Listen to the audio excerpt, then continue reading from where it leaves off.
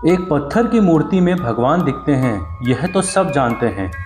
पर क्या आपने कभी यह सुना है कि एक पत्थर से देवता भी अवतरित हुए? यूं तो कण कण में शंकर विद्यमान है और हर एक कण में शिव की शक्ति विराजमान है। यह देवता का अवतार भी एक माँ की करुण पुकार और उसकी ममता के कारण एक सिलबट्टे से हुआ। हर हर महादेव दोस्तों, आप सभी का स्वागत है हमारे इस YouTube चैनल पर। आज हम आपको एक ऐसे देवता के बारे में बताते हैं जिनका जन्म ही एक सिलबट्टे से हुआ। सिलबट्टा यानी जो हम चटनी वगैरह पीसने के लिए प्रयोग करते हैं। तो चलिए अब इस कहानी को शुरू करते हैं। गोलू देवता के साथ हमेशा कलुआ देवता को जोड़ा जाता है और इनको उनके सहयोगी भाई के रूप में जाना जाता है। इनको गोलू देवता का धर्म भाई भी कहते हैं और यह देवता गोलू देवता के साथ चलने वाले हैं। इनको दीवान या वीर के नाम से भी लोग जानते हैं। गोलू देवता की सास सौतेली माता ने जब उनका जन्म हुआ तो उनकी माता कालिंगा के सामने सिलबट्टा रख दिया और उनको गौरी गंगा में बहा दिया। उन सास सौतेली माता ने माता कालिंगा से बोला कि यह तेरी ही संतान है और माता कालिंगा ने उस सिलबट्टे को भरपूर प्यार दिया, खूब दुलार किया, उन पर अपनी सारी ममता न्यौछावर कर दी और उसको एक संतान की भांति उसका पालन पोषण किया और उसको भरपूर प्रेम दिया। कुछ समय बाद जब 7 रानियों का सारा षड्यंत्र राजा को पता चला, तब उन्होंने गोलू देवता को अपने राज्य में वापस बुलाया। उस समय उनकी माता कालिंगा ने गोलू देवता की परीक्षा ली और आखिरकार गोलू देवता को माता कालिंगा ने अपना पुत्र स्वीकार करा और उनसे यह वचन लिया कि यह सिलबट्टे भी तुम्हारे भाई के समान है। मैंने इन सिलबट्टों को माँ की तरह अपना बच्चा समझ के भरपूर प्यार किया है और इनका खूब पालन पोषण किया है। तुम्हें हमेशा इनको अपने साथ रखना होगा और इनका ख्याल रखना होगा और इनको अपने साथ लेकर भी चलना होगा। उसके बाद दोस्तों, कहा जाता है कि गोलू देवता ने अपनी गुरु विद्या से उस सिलबट्टे पर अपनी 2 मुही तलवार से वार किया, जिससे उस सिलबट्टे के 22 टुकड़े हो गए और यही 22 टुकड़े बाद में 22 भाई कलुए हुए और इनको अलग अलग नाम से भी आज जगह जगह पर जाना जाता है, जैसे फुरी कलू, मोटा कलू, मनमोटा कलू, कंकड़ फोड़ कलू, शीश कलू, तीज कलू, रिद्धि कलू, सिद्धि कलू, रगत कलू, सकत कलू, लौड़ी कलू, सिलका सिलकला कलू, भया कलू, काल कलू, निर्भया कलू, घिंटानल कलू, खंकर कलू, हरुआ कलू, पाताली कलू, आकाशी कलू, ऊंचा बेताली कलू, भूरी कलू। ज़्यादातर इन्हीं नामों से कलुआ देवता को जाना जाता है। कई जागर गाथाओं में जब गोलू देवता का अवतरण होता है तो साथ में उनके भाई का भी अवतरण होता है, जिनको कई जगहों पर कलसिण या कलसिन देवता के नाम से भी जाना जाता है। गोलू देवता को न्यायालय का न्यायाधीश के रूप में माना जाता है और वहीं इनके भाई कलुआ देवता को उनके दीवान या उस न्यायालय के वकील के रूप में माना जाता है। कई तरह के जो निर्णय लेने वाले कार्य होते हैं वहाँ कलुआ देवता के बगैर नहीं लिए जाते। गोलू देवता अपनी माँ के बहुत बड़े भक्त थे, इसीलिए उन्होंने अपनी माँ के वचन के लिए कलुआ देवता को हमेशा अपने साथ रखा और इनका एक भाई की तरह ही ख्याल रखा। और कलुआ देवता भी अपने भाई गोलू देवता को दादू गोरिया कहकर पुकारते हैं। सिल का साथी पिठी का आधारी, भूरी कलू, जब ले कसली साधनी, बगैर कलू न्याय निहुन, बगैर कलू इंसाफ निहुन। यानी कोई भी न्याय बिना कलुआ देवता के पूर्ण नहीं होता। और यह गोलू देवता के जब साथ चलते हैं तो कहा जाता है अघिल का आनी पछिन का जानी।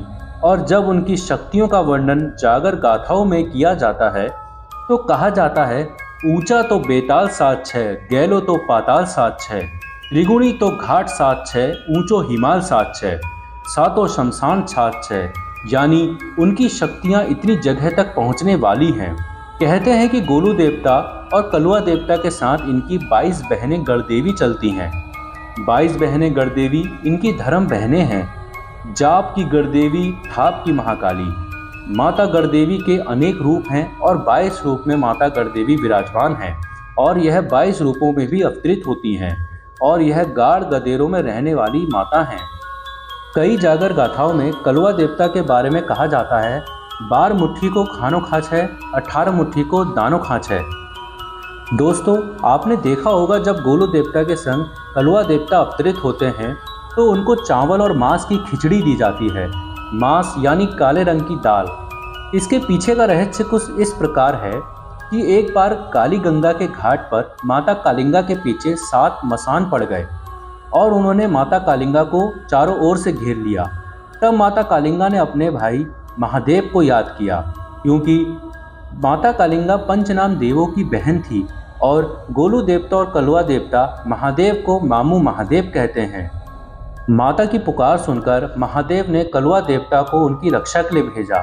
तब कलवा देवता ने अलग अलग रूपों में प्रकट होकर उन 7 मसानों का वध कर दिया और तभी से माता कालिंगा ने उनको काली घाट पर खिचड़ी प्रदान करी। उस दिन से कलवा देवता को खिचड़ी दी जाती है। दोस्तों, कई जागर गाथाओं में और कई जगहों पर कलवा देवता को कलवा वीर के नाम से भी जाने जाते हैं, जो गोलू देवता के भाई और हमेशा के साथी हैं।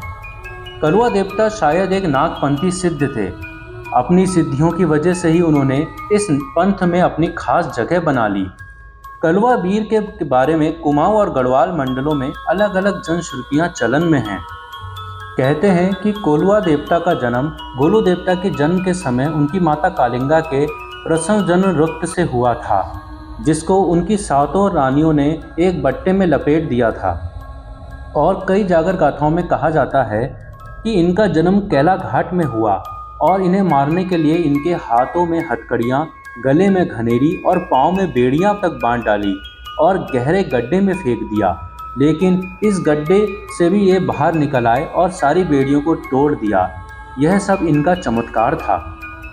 दोस्तों, इनके काले रंग के कारण ही इनका नाम कलवा वीर पड़ गया। इनके साथ 12 बयाल और 4 वीर चलते हैं, रागुता वीर, साबुआ वीर, लहोड़िया वीर और चौथिया वीर। दोस्तों, गढ़वाल में कलवा वीर को अलग अलग रूपों में माना जाता है। वहाँ इन्हें नागपंथी वीरों में से एक बताया जाता है और इन्हें लोक देवता के रूप में पूजा और अवतार किया जाता है। वहाँ इन्हें प्रचंड देव शक्ति के रूप में जाना जाता है। गढ़वाल में मान्यता है कि पीड़ित व्यक्ति की गुहार पर यह दूसरे पक्ष को बहुत नुकसान भी पहुँचा देते हैं और पीड़ित व्यक्ति के साथ हमेशा न्याय करते हैं।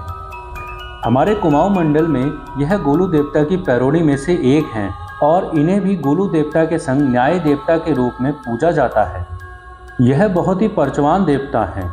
जहाँ भी इनका स्थापना होती है वहाँ इनके पर्चे साक्षात होते हैं और जो दुखियारी होता है उसको न्याय अवश्य मिलता है।